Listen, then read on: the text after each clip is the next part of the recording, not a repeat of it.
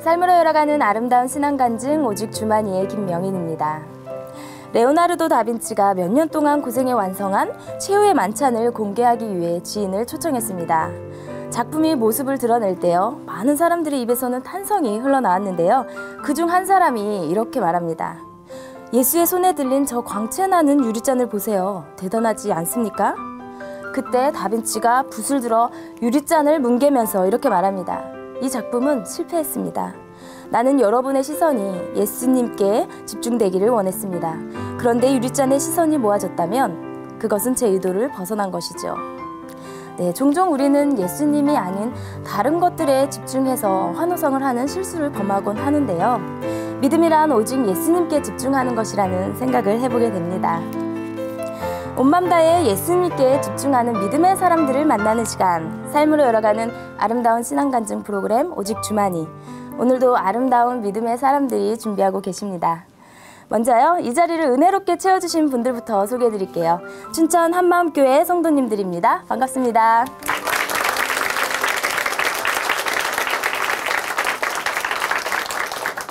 네, 첫 번째 출연자를 만나보겠습니다. 이분은요, 엄한 가정에서 자라서요, 눌린 삶을 살았다고 합니다. 유일한 탈출구는 노래였다고 하고요. 노래를 좋아하고 잘했기에 무대에 올랐고, 또 더 잘하고 싶고 더 큰 무대에 오르기 위해서요, 전공을 하고 유학까지 꿈꿨는데요.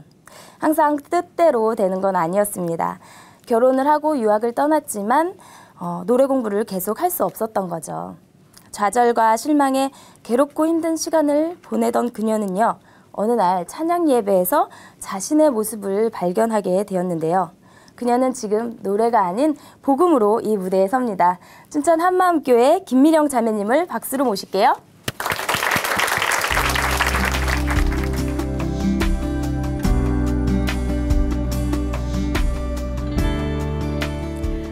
안녕하세요. 저는 춘천 한마음교회 김미령입니다. 이 세상에서 나를 가장 빛나게 해주는 것이 노래라고 생각하며 그것만 따라 살다가 예수님으로 인해 나의 진정한 가치를 찾게 되고 이미 빛나는 존재였음을 알게 된 간증을 나누려고 합니다. 저희 아버지는 아주 무서우셨어요. 언제나 화가 나 계셨고 자주 엄마에게 심하게 폭행을 하시곤 하셨어요. 제 기억엔 저와 남동생에게 다정하게 말을 걸어주시거나 관심을 가져주신 적도 거의 없으셨고요. 아버지가 오시는 차 소리만 나도 무섭고 불안해지곤 했어요. 저는 어릴 때부터 욕심 많고 뛰어나길 좋아했는데요. 그런 불안한 집 분위기는 저를 주눅들게 만들었고 집 걱정에 공부도 안 되고 산만해지면서 성적도 내려가니 열등감이 생기기 시작하더라고요. 7살 때부터 혼자 교회를 다녔는데 아버지에게 그렇게 무섭도록 혼이 나도 숨어서 몰래 다녔어요. 교회에서 성악을 전공하셨던 선생님께서 저희 재능을 알아보시고는 성악을 공부해보라고 하셨어요. 집사님 딸, 장로님 딸들이 하던 독창을 혼자 교회 다니던 제가 도맡아 하게 되고 인정받게 되니까 교회 다니는 게 너무 좋더라고요. 중학교 2학년 때는 학교 대표로 노래하게 되었고 음악 선생님께서는 음악 시간마다 저에게 노래를 시키셨어요. 그런데 고등학교 때 첫 시험에서 54명 중 54등, 꼴등을 하게 되었는데요. 성적표가 교실 뒤에 있는 게시판에 붙는데 자존심이 너무 상하는 거예요. 노래만 잘하면 좋은 대학 갈 줄 알았는데 그게 아닌 걸 알게 되니 그렇게 하기 싫던 공부도 노래를 위해 열심히 하게 되었어요. 반에서도 상위권이 되었고 노래 말고 성적으로도 웬만한 대학에 갈 수 있을 정도가 되었어요. 콩쿠르에도 입상하게 되면서 남들보다 뛰어나고자 했던 저의 마음의 소원이 노래로 이루어지고 있었어요. 집은 너무 무섭고 우울했지만 노래는 저를 가장 행복하게 해주었습니다. 서울로 대학을 가면서 지긋지긋하던 집을 떠나게 되었어요. 저는 그때까지 어느 누구에게도 집안 이야기나 저희 고민을 이야기하지 않았는데요. 가까운 교회 친구들이 설사 소문으로 우리 집 이야기를 안다고 해도 저는 제 입으로 이야기를 꺼내지 않았어요. 교회 친구들 중에서 가장 좋은 대학을 갔기 때문에 그것으로 저희 자존심을 대신했어요. 대학 때 결국 부모님이 이혼을 하셨는데 저는 집에 아버지가 안 계신다는 게 너무 좋더라고요. 부모님의 이혼이 아이들에게 상처라고 하는데 저는 아니었어요. 교수님께도 과에서도 인정받고 있었기 때문에 노래는 저의 모든 아픔을 다 씻어주는 사랑의 묘약이 되어 있었습니다. 결혼도 모든 것이 노래 공부에 맞춰져 있었기 때문에 같이 유학 갈 사람이 아니면 만나지도 않았어요. 대학교 4학년 때 같은 과 선배와 사귄 이유도 같이 유학 갈 수 있겠다 싶어 사귀게 되었어요. 저보다 늦게 졸업을 하게 된 지금의 남편을 기다리기 위해 시립합창단 시험을 보았는데요. 성악을 전공한 소프라노 200여 명 중에서 1차 시험에서 제가 1등을 하게 되었어요. 합창단에 들어가서 남들이 부러워하는 솔로를 하면서도 저는 좋아하거나 만족하지 않았어요. 빨리 유학 가서 더 좋은 무대, 더 큰 무대 서고 싶은 마음으로 꽉 차 있었거든요. 남편이 졸업을 하고 미국으로 함께 유학을 갔는데요. 공부를 남편에게 먼저 양보했어요. 저에게는 그것이 하나님께 순종하는 것이었고 남편을 섬기는 것이라 생각했기 때문에 아이 둘을 낳고 키우면서 공부할 날만을 기다리고 있었어요. 둘째 아이가 프리스쿨을 들어갈 나이가 되어 공부를 시작하려는데 남편의 태도가 완전히 바뀐 거예요. 공부를 하지 말라는 거예요. 남편의 학비와 유학 자금을 친정의 도움과 제가 결혼 전 번 돈으로 하고 있었는데 도저히 이해할 수도 있을 수도 없는 남편의 행동이 저를 무너지게 했어요. 제가 그때 남편에게 난 내가 노래 공부를 못하면 당신이 대통령이 되어도 기쁘지 않아. 그렇게 말할 정도로 저는 제 인생에서 노래가 가장 중요했어요.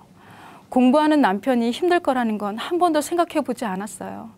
그때 남편의 차에 항상 제일 큰 사이즈의 커피와 두통약 한 통이 있었는데 제가 그걸 보는 시선은 나는 집에서 애들 키우고 아끼느라 커피 한 잔 못 사 먹는데 저걸 저렇게 맨날 사 먹고 다닌다니 하며 얼마나 미워했는지 몰라요.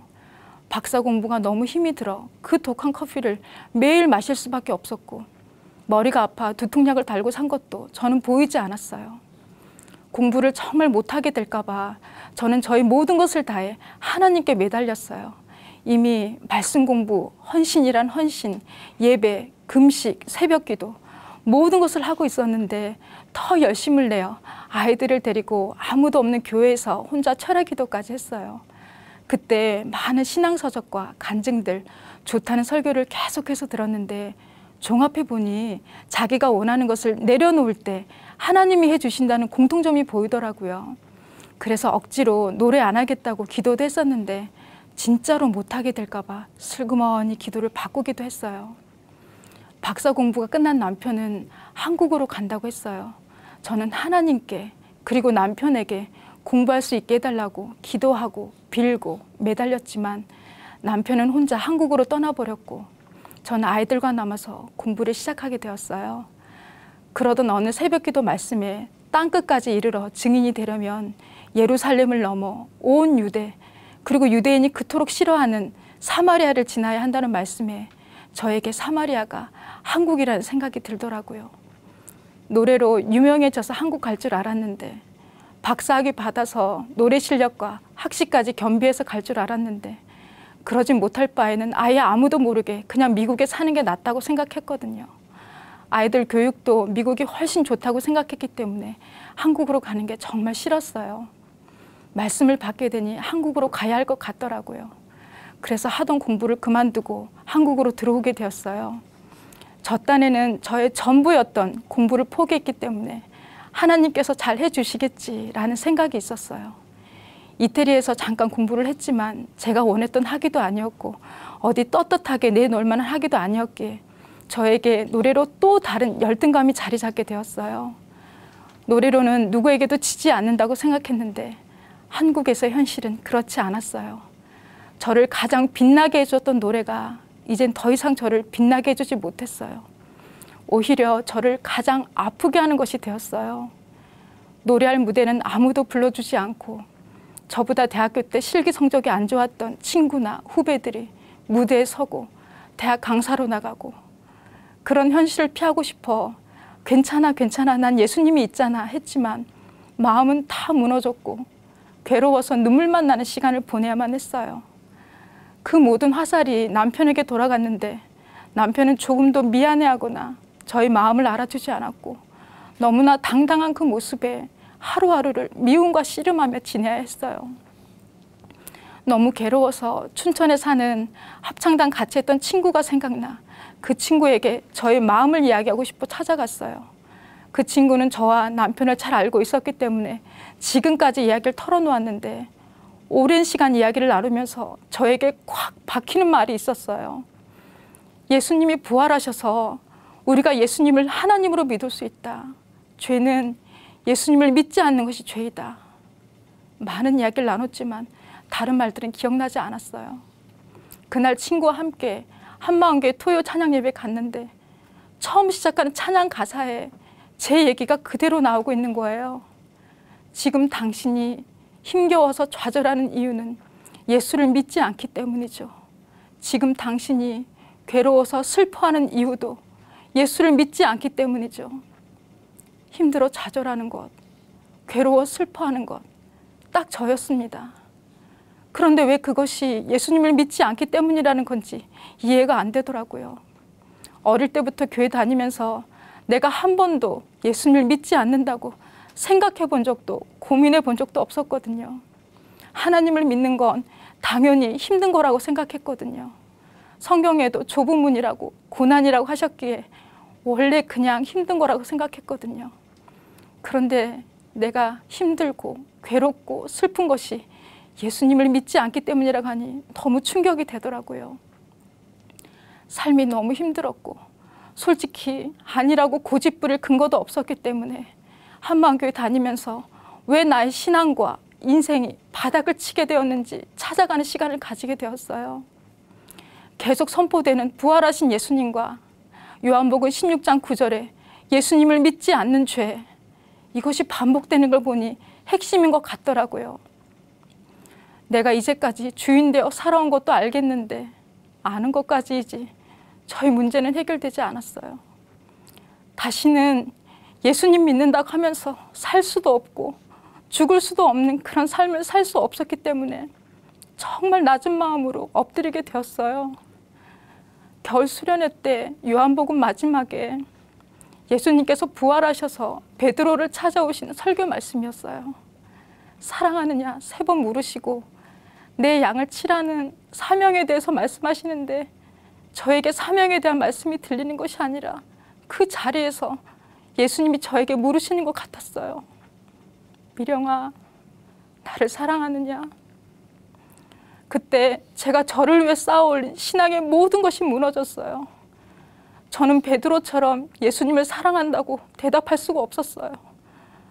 저희 마음을 다 아시는 예수님이시기에 거짓말을 할 수도 없었고 예수님과 아무 관계가 없는 사람처럼 제가 그때 그 자리에 서게 되었어요. 예수님께 아무 말을 할 수가 없었어요. 그 찬양 가사가 맞았어요. 저는 예수님을 믿는 자가 아니었어요. 그렇다면 내가 이제까지 해왔던 큐티, 말씀 공부, 예배, 기도, 헌금, 봉사 헌신들은 다 무엇이란 말인가? 답은 쉽게 알 수 있었습니다. 나의 삶을 위해 그분이 하나님이시라니까 나의 인생 내가 원하는 대로 살 수 있도록 도와달라고 했던 거였고 나도 하라는 대로 다 할 테니까 내가 원하는 것도 그 전능함으로 다 해달라고 내가 할 수 있는 열심과 정성을 신앙이라고 믿음이라고 포장해서 하나님 앞에 내놓고 있던 거였어요. 내가 원하는 대로 삶이 되지 않자 그렇게 힘든 거였고 차마 하나님을 떠나진 않았지만 마음 깊은 곳에는 그분에 대한 신뢰나 믿음이 있는 것이 아니라 원망만 있었다는 것을 알게 되었습니다. 제가 노래를 하면 박수를 받고 사람들의 칭찬을 받아요. 아무리 그것을 의식하지 않으려고 해도 의식하게 되고 칭찬이 사라지면 공허함이 밀려오고 더 잘해서 더 큰 칭찬을 듣고 싶어 했어요. 노래로 나를 세워 사람들 위해 서고 싶어 했고 겸손의 모습은 했지만 마음은 그 누구보다도 교만하다는 걸 알았는데 그게 그렇게 큰 죄라고 생각하지 않고 살았어요. 이것이 마귀와 동일한 죄였고 하나님의 피조물이 하나님처럼 되려한 죄라는 것을 알게 되면서 유대인들이 죽였던 예수님, 나의 죄 때문에 죽으셨다고 했지만 아무리 쥐어짜도 알 수 없었던 예수님이 죽은 이유, 그 살인의 범인이 저라는 판결을 제가 처음으로 하게 되었습니다. 저는 노래에 따라 모든 것이 흔들렸었어요. 감정이 흔들렸고 생각이 흔들렸고 마음이 흔들렸고 가정이 흔들렸고 신앙이 흔들렸고 목숨까지도 흔들렸었어요. 그런데 예수님의 부활은 절대로 흔들리지 않는 하나님이 주신 증거더라고요. 영원히 흔들리지 않는 예수님의 부활, 이 증거로 저는 예수님을 주인으로 믿게 되었고, 내가 계획하고 내가 원하던 삶에서 주인 대신 예수님의 인도함을 받는 새 삶을 시작하게 되었습니다. 나를 가장 빛나게 해주는 것이 노래라고 생각했고, 노래가 잘 되는 날은 기분이 좋고 잘 안 되는 날은 하루 종일 노래 생각에 우울해지곤 했는데요. 무대에서 만족할 정도로 노래를 하면 세상 다 얻은 것처럼 기쁘고, 좀 실수를 하거나 부족했다고 생각되면 아무도 만나기 싫고 비참한 마음이 들었는데, 이것이 하나님을 대신해 있는 우상이라는 것을 알게 되었어요. 우상으로 인해 가나안 땅에 들어가지 못하고 광야에서 죽은 이스라엘 백성들을 말씀으로 보게 되니 내가 이 우상에게 붙들려 지옥 갈 자였다는 것이 분명해지니까 노래에 대한 마음이 바뀌더라고요. 노래를 완전히 안 할까라는 생각도 했는데 마음 중심에 대한 것을 성령님께서 가르쳐 주셨어요. 제가 노래할 때 잘 안 떠는데 예수님 믿고 나서 찬양할 일이 있었는데 너무 떨리는 거예요.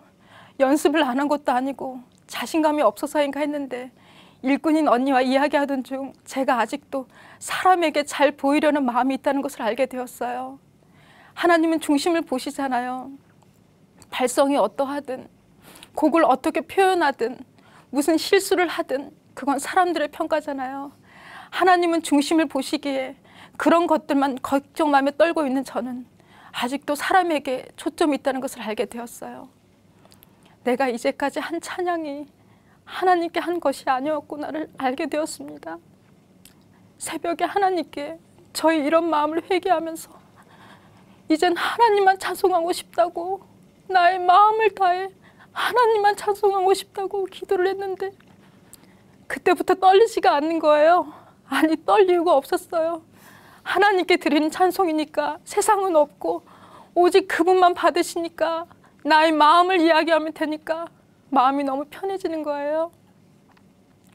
또 한 가지 해결되지 않은 남편에 대한 서운함과 원망이 있었는데요. 어느 날 기도 중에 물질에 대한 것을 하나님께서 알려주셨어요. 내가 번 돈으로 남편이 공부했고 그런 나에게 남편이 공부 못하게 했으니까 당연히 남편이 잘못했다고 생각했는데 그 돈을 벌 수 있도록 허락하신 분이 하나님이시라는 걸 알려주셨어요. 나에게 건강이 있어 벌 수 있었고 재능을 주셔서 벌 수 있었던 거예요. 그 어떤 것도 내 것이 아니었어요. 내 것이라 생각해서 너무 억울했었는데 그게 아닌 걸 알게 되니 오히려 남편을 미워했던 게 미안해지더라고요. 제가 내 힘으로 남편을 어떻게 해보려고 많은 노력을 했었는데요.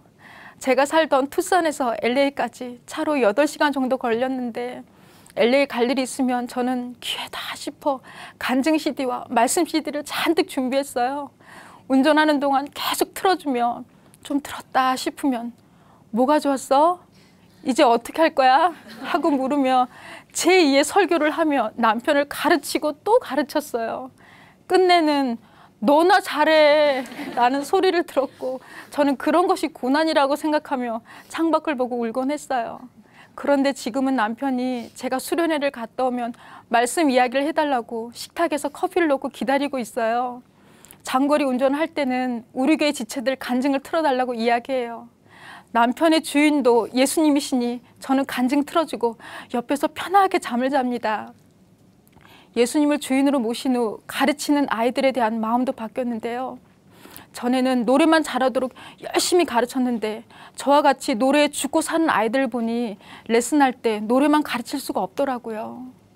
지금까지 노래를 우상으로 따라다니다가 삶이 얼마나 힘들었는지 알기 때문에 아이들에게 절실한 마음으로 부활하신 예수님이 우리의 주인이라고 온 마음을 다해 복음을 전해요. 시간이 걸린 아이도 있었지만 그 자리에서 영접한 아이도 있었어요. 계속 교제를 하며 하나님이 맡겨주신 영혼이니까 노래의 문제도 진로의 문제도 제가 결정하고 제 것으로만 가르치지 않아요. 항상 하나님께 묻고 인도함을 받고 있습니다. 제가 잊고 있던 친정 아버지에 대한 마음도 성령님의 인도함을 받게 되었는데요. 저는 아버지를 용서는 했지만 더 이상 나가지 못했어요. 어느 날 기도 중에 한 영혼이 천하보다 귀하다는 말씀을 주시며 제 주변에 있는 한 영혼의 이름을 불러주셨어요. 누구누구가 천하보다 귀하다, 누구누구가 천하보다 귀하다 하시는데 제 아버지 이름도 부르시며 천하보다 귀하다고 하시는 거예요.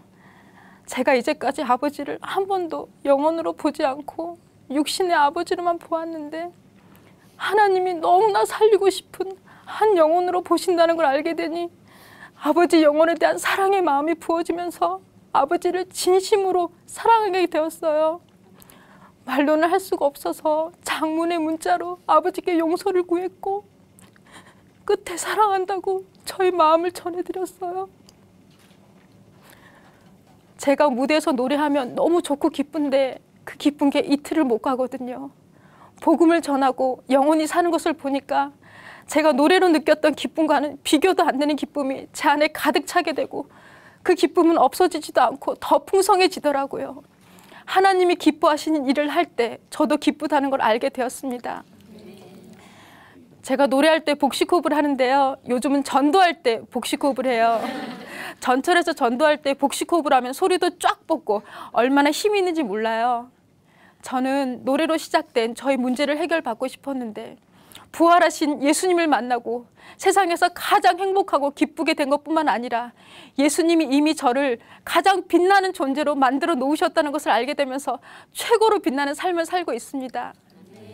영원한 것에 비하면 잠깐의 삶인데 어떻게 살아야 되는지가 알아지게 되니 노래를 위해 달려가는 것이 아니라 나를 기다리시는 예수님을 향해 달려가고 있어요. 제자들과 같이 예수님이 부르시는 그날까지 예수님의 부활을 전하는 증인으로 살다 가는 것이 저희 소원이 되었습니다. 저희 소원을 들어주신 예수님 사랑합니다. 감사합니다.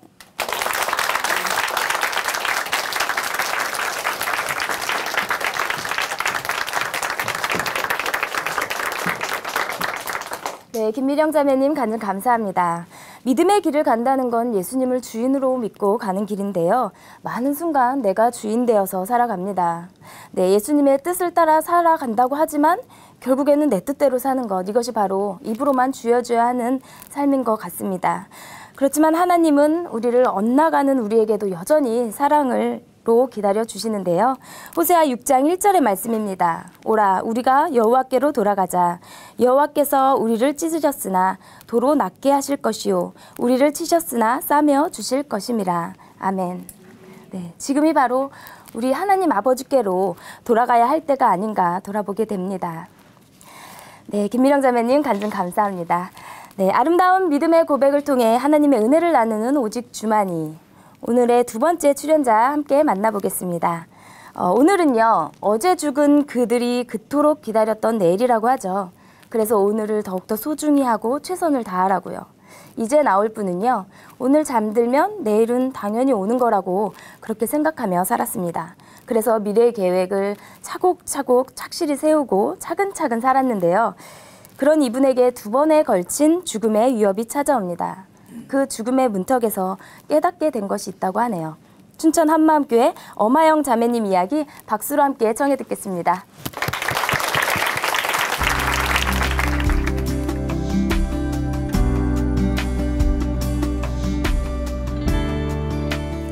안녕하세요. 춘천 한마음교회 엄하영입니다.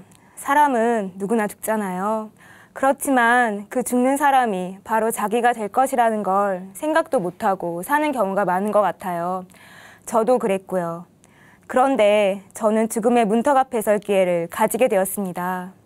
부활하신 예수님을 붙잡고 부활의 주만을 바라보며 기쁘게 죽음을 이겨낸 이야기를 나누려고 합니다. 저는 언제나 내일이 있을 것 같았어요. 잠을 자면 언제나 내일 눈이 띄어질 건 당연하다고 생각했습니다. 제 인생의 계획까지도 몇 살에는 뭐하고 몇 살까지는 결혼하고 몇 살에는 아이를 낳고 등등 마음대로 세웠어요. 죽음이라는 건 저와 정말 상관없는 먼 얘기일 것이라 생각했어요. 사람이 죽는 건 당연한 거지만 죽음의 죽자도 생각하지 않고 살았어요. 대학생 때 같은 기숙사방에 살았던 친구를 따라서 한마음교회를 가게 되었어요. 그곳에서 모든 사람에게 믿을 만한 증거를 하나님이 주셨다는 말을 처음 들었어요. 그런데 그 증거가 제가 너무나 잘 알고 있던 예수님의 부활이라는 거예요. 하나님 아버지께서 예수님을 부활시키셔서 모든 사람에게 믿을 만한 증거를 2000년 전 역사 가운데 분명히 주셨다고요. 그래서 하나님이 살아계신 것도 확실하다고 하시고요. 그리고 예수님이 부활하신 이유가 나의 주인 되시기 위함인 것을 처음 알게 되었어요. 또 목사님께서는 예수님 믿지 않는 죄를 회개하고 예수님을 주인으로 믿으면 구원을 받는다고 하셨어요. 하지만 저는 단지 지옥 가는 사람이 되고 싶지 않아서 부활하신 예수님을 주인으로 믿는다고 했습니다. 그렇기 때문에 내가 살아도 주를 위해 살고 죽어도 주를 위해 죽는다는 고백은 입술로는 술술 나왔지만 정작 제 삶에서는 제가 붙잡고 포기하고 싶지 않는 것들이 있었어요. 부활 사건을 알았을 뿐이지 예수님을 믿은 건 아니었어요. 제 인생의 주인은 예수님이 아니라 나였습니다. 공부를 열심히 했지만 초등 임용고사 시험에 떨어져서 재수를 하게 되었어요. 재수하는 동안 더 열심히 공부한 결과 드디어 강원도 초등임용고시생 상위 10% 안에 드는 좋은 성적을 받고 합격하게 되었어요. 그런데 이게 웬일이에요. 컴퓨터 전산오류로 태백으로 발령을 받게 된 거예요. 원래 그 성적 정도면 춘천이나 원주 같은 강원도의 큰 도시로 발령을 받거든요. 교육청 장학사님이 전산 오류가 되었다고 같이 발령받은 동기 선생님과 저에게 미안하다고 하시더라고요. 저는 한 번도 가본 적이 없고 아는 사람도 없는 태백에 홀로 떨어져서 제가 세운 계획과 전혀 맞지 않는 상황이 닥쳐서야 마음이 힘들어져서 춘천에 있는 교회를 거의 매주 갔습니다. 태백과 춘천 사이에는 오랜 시간이 걸리지만 몸이 죽을 만큼 힘들어도 낑낑거리며 갔어요. 하지만 저는 세상이 더 좋아졌고 영적 상태는 바닥을 치게 되었습니다. 어느 겨울날이었어요. 그날은 눈이 많이 와서 길도 얼었고 미끄러웠어요. 그렇지만 저는 한마음교회에서 너무나 말씀을 듣고 싶었어요. 자취집이 있던 태백에서 교회가 있는 춘천까지 가야 했어요. 그러려면 중간에 원주에서 버스를 갈아타야 해요. 원주에서 춘천으로 가는 시외버스를 탔는데 이상하게 운전기사님께서 과속을 하시는 거예요. 눈도 많이 왔는데. 앞에서 세 번째 자리에 앉아 있어서 지금도 생생한데요. 갑자기 브레이크가 안 먹어서 버스가 미끄러지는 거예요. 속도가 있으니까 앞차에 부딪힐까 봐 차선을 넘고 이리저리 왔다 갔다 하는데 사람들이 소리 지르고 막 아수라장이 되었어요. 나 몇 분 후면 죽을 수도 있겠구나 라는 생각이 스치듯이 지나갔는데 제 앞에 어떤 아줌마가 아저씨 거기로 핸들 돌리면 안 되지 하시는 거예요. 운전기사님이 판단 미스로 다리 위에서 오른쪽으로 핸들을 돌리시는 거예요. 버스가 가속도가 붙으면서 오른쪽 가드레일을 팍 박았습니다. 그 충격으로 오른쪽 앞바퀴가 다리 밖으로 달랑달랑 걸리게 되었습니다. 순식간에 제가 들고 있던 가방이 버스 앞문까지 내동댕이 쳐지고 맨 뒤에 안전벨트를 안 매고 앉아 계시던 여자분이 사고의 충격으로 운전기사님 자리까지 튕겨져 왔어요. 사람들이 이성을 잃고 앞문으로 막 몰려왔는데 운전기사님이 앞쪽으로 쏠리면 버스가 다리 밑으로 추락할 수도 있다고 소리치시더라고요. 사람들의 도움을 받아 뒷창문을 깨고 무사히 탈출했는데요. 저는 두 손이 덜덜덜 떨리고 다리도 힘이 빠져서 도저히 서 있을 수 없더라고요.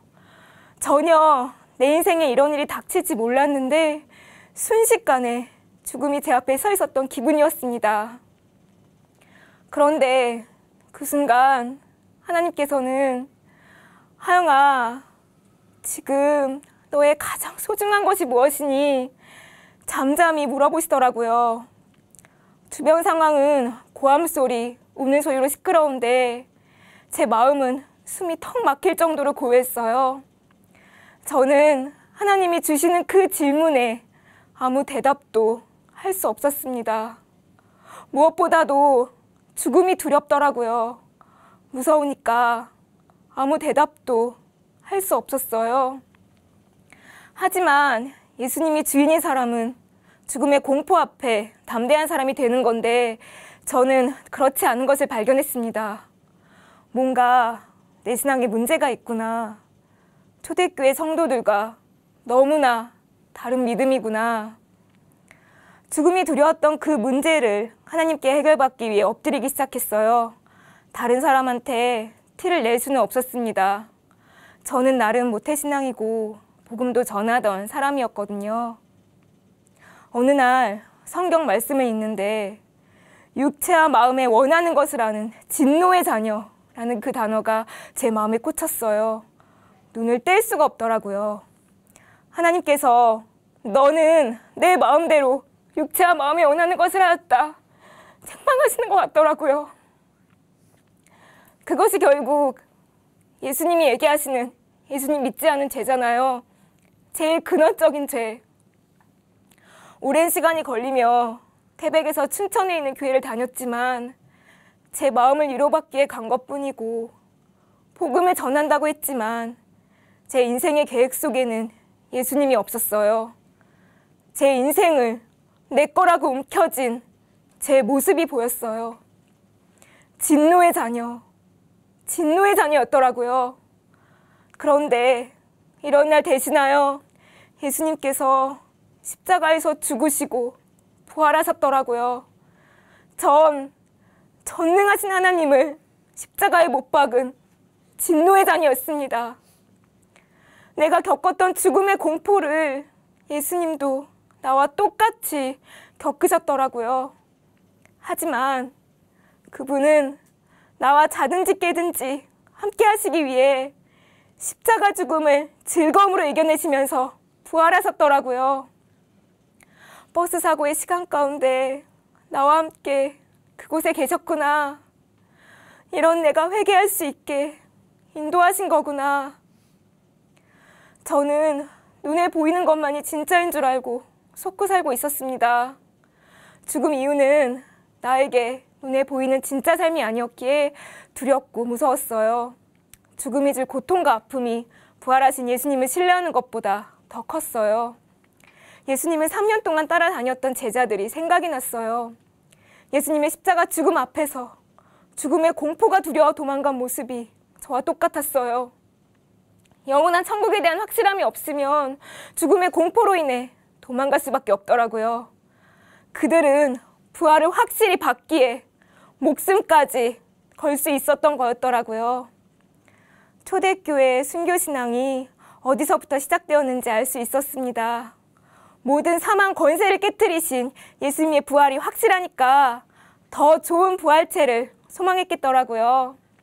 죽음 이후에 저 영원한 천국에서 예수님과 누릴 더 깊은 사랑을 간절히 소망하는 거예요. 예수님은 부활하셔서 정말 지금도 살아계신 하나님이셨어요. 그렇지만 저는 그분을 주인으로 모시기를 싫어했었어요. 내 삶을 뺏기는 것처럼 생각했어요. 내 죽음조차도 내가 내 마음대로 할 수 있는 것이 아니었는데 말이에요.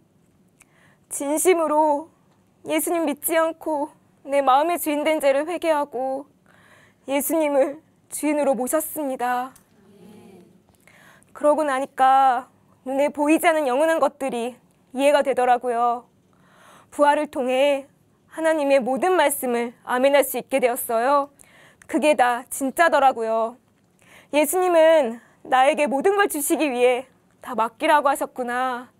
죽음조차도 이기신 예수님이 나의 주인이시라는 건 죽음도 기쁘고 즐겁게 이겨낼 수 있다는 걸 의미하는 거구나 라는 걸 알았어요. 다시 저에겐 일상생활이 시작되었습니다.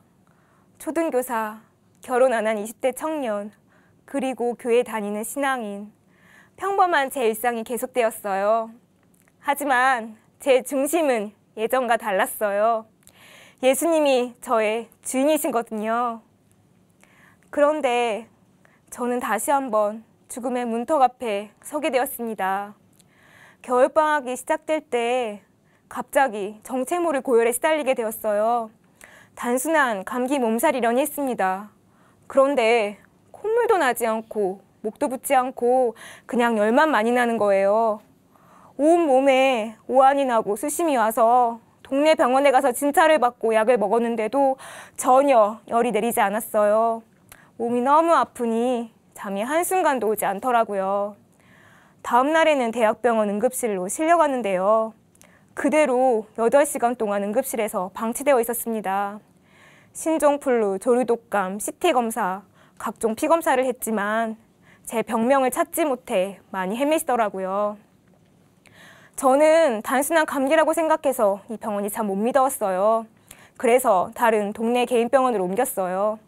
근데 옮기자마자 갑자기 열이 40도 이상으로 확 오르는 거예요. 온 몸이 막 덜덜 떨리고 경련 같은 게 일어났어요.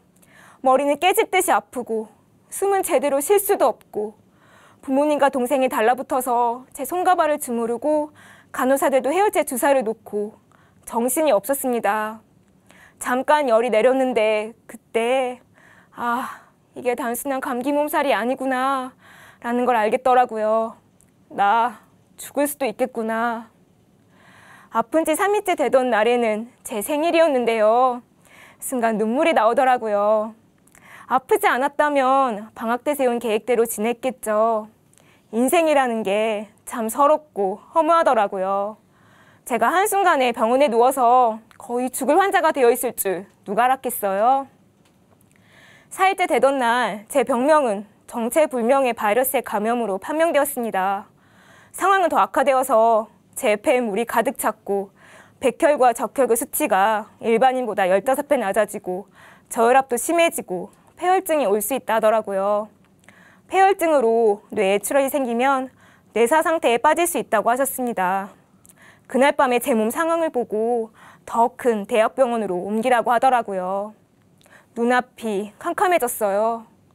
엄마께서는 열이 높아지지 않도록 밤새도록 계속 얼음찜질을 해주셨습니다. 하지만 그날 밤 사이에 상황은 더 악화되어서 5일째 되던 날 저는 더 크고 좋은 대학병원으로 옮겨지게 되었어요. 잠깐 좌절이 되었어요. 내가 밤새도록 올린 기도를 하나님이 듣지 않으셨나 그 생각도 들고요. 그렇지만 더 악화되게 한 것이 주님의 뜻이었어요. 만약에 제가 거기로 옮겨지지 않았으면 전 정말 죽었을 거예요.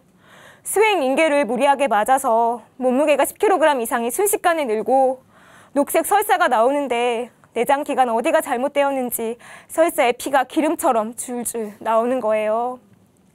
좋은 곳으로 옮겨지자마자 남사만큼 부른 배에 복수를 빼기 위해 소변줄을 꽂자고 했습니다. 제 피부는 스치기만 해도 아픈 상태였기 때문에 너무 싫다고 말했어요. 그런데 엄마께서 그런 저를 보면서 막 우시는 거예요. 복수가 더 차면 위험하다고 의사 선생님이 그러셨거든요. 그래서 아파도 쿡 참았습니다. 혈소판 수치도 너무 낮아서 수혈을 할까 말까 병원에서 고민하고 어느 간호사가 링겔 바늘을 빼다가 지혈이 잘 안 돼서 온몸이 피로 흠뻑 적셔진 때도 있었어요. 어디만 조금 부딪혀도 몸에 피멍이 시퍼렇게 들고 머리에 멍이 들면 뇌출혈이 올 수 있다 하셨습니다. 그렇게 7일째 되는 날에는 중환자실로 들어갈 수 있는 급박한 상황까지 갔어요.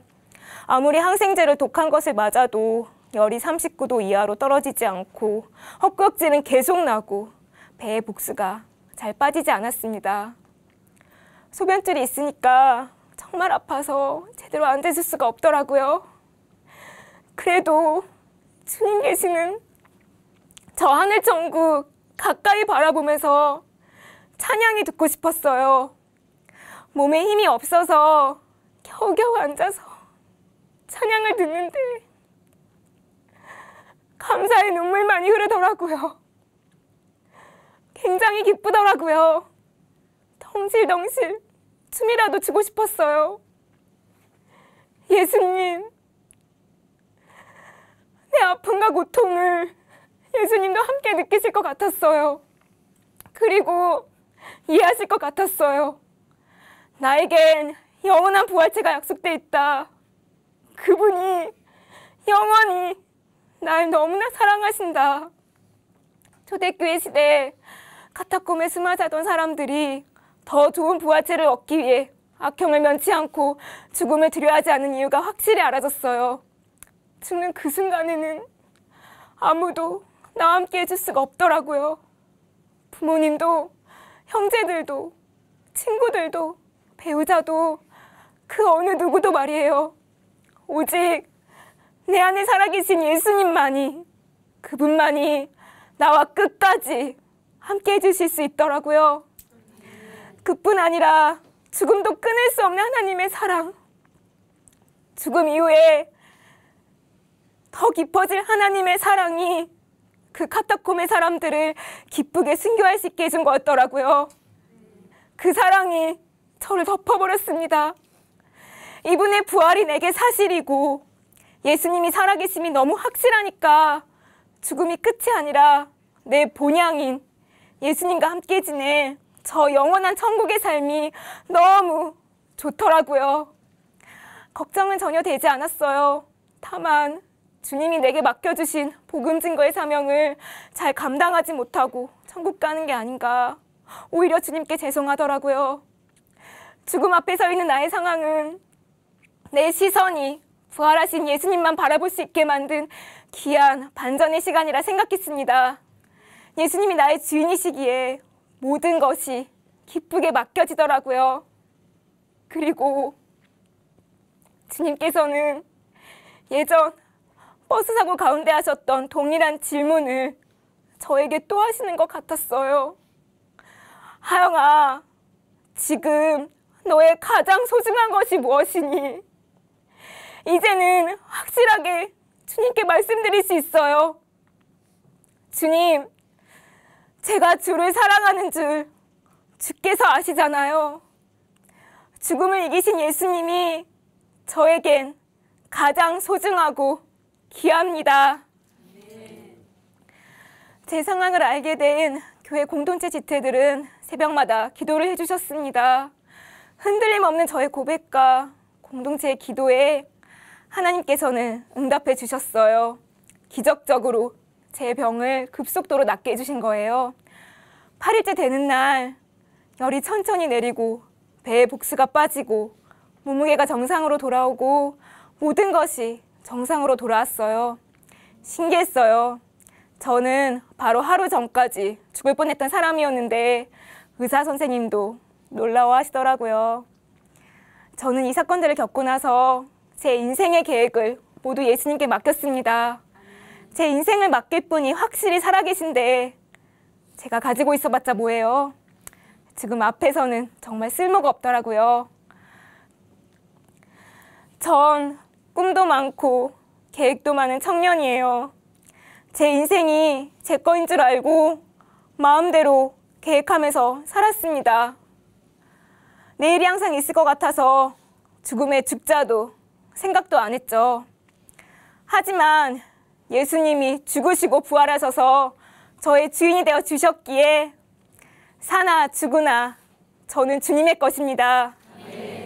그리고 죽음의 문턱 앞에 섰던 경험들을 통해서 예수님 믿지 않는 죄를 회개하고 그분을 주인으로 믿는 것이 인생 최고의 대박이라는 것을 알게 된 행운아예요. 저는 이제 죽음의 문제를 해결받은 자이기에 영원한 것을 위해 기쁘게 주님께 충성하겠습니다. 감사합니다.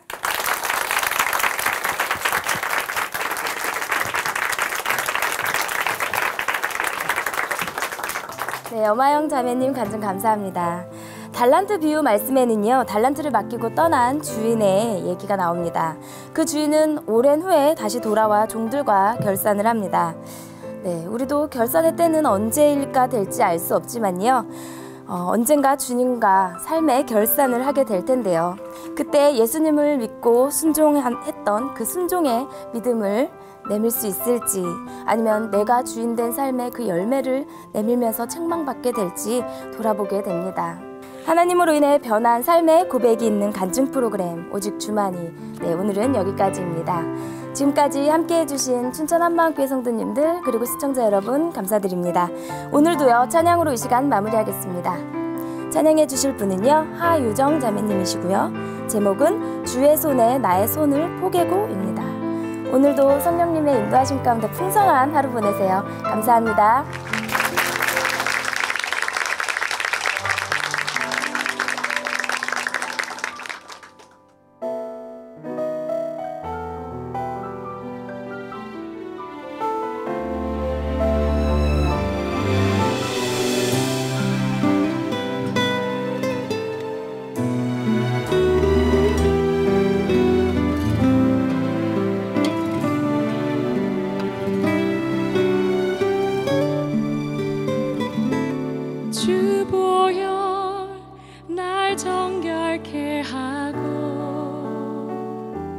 주 보혈 날 자유케 하니